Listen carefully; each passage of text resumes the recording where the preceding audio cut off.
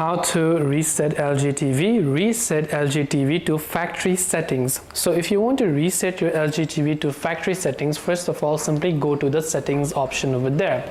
So once you go to settings, on the left hand side you will see many options, but you want to go to all settings. Once you go to all settings, you will see this type of information. So let's just wait, and over here you'll find this option called general or support, right?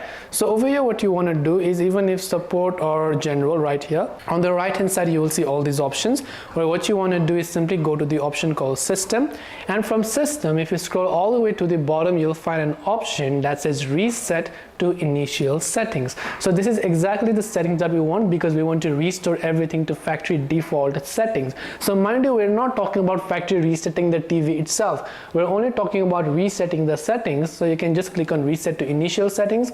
It will ask you for some of the confirmation, so you can hit the reset all button to reset it, and this way you'll be able to reset your LG TV. I hope that this video helped you. If you have got any more questions, feel free to also leave them down below.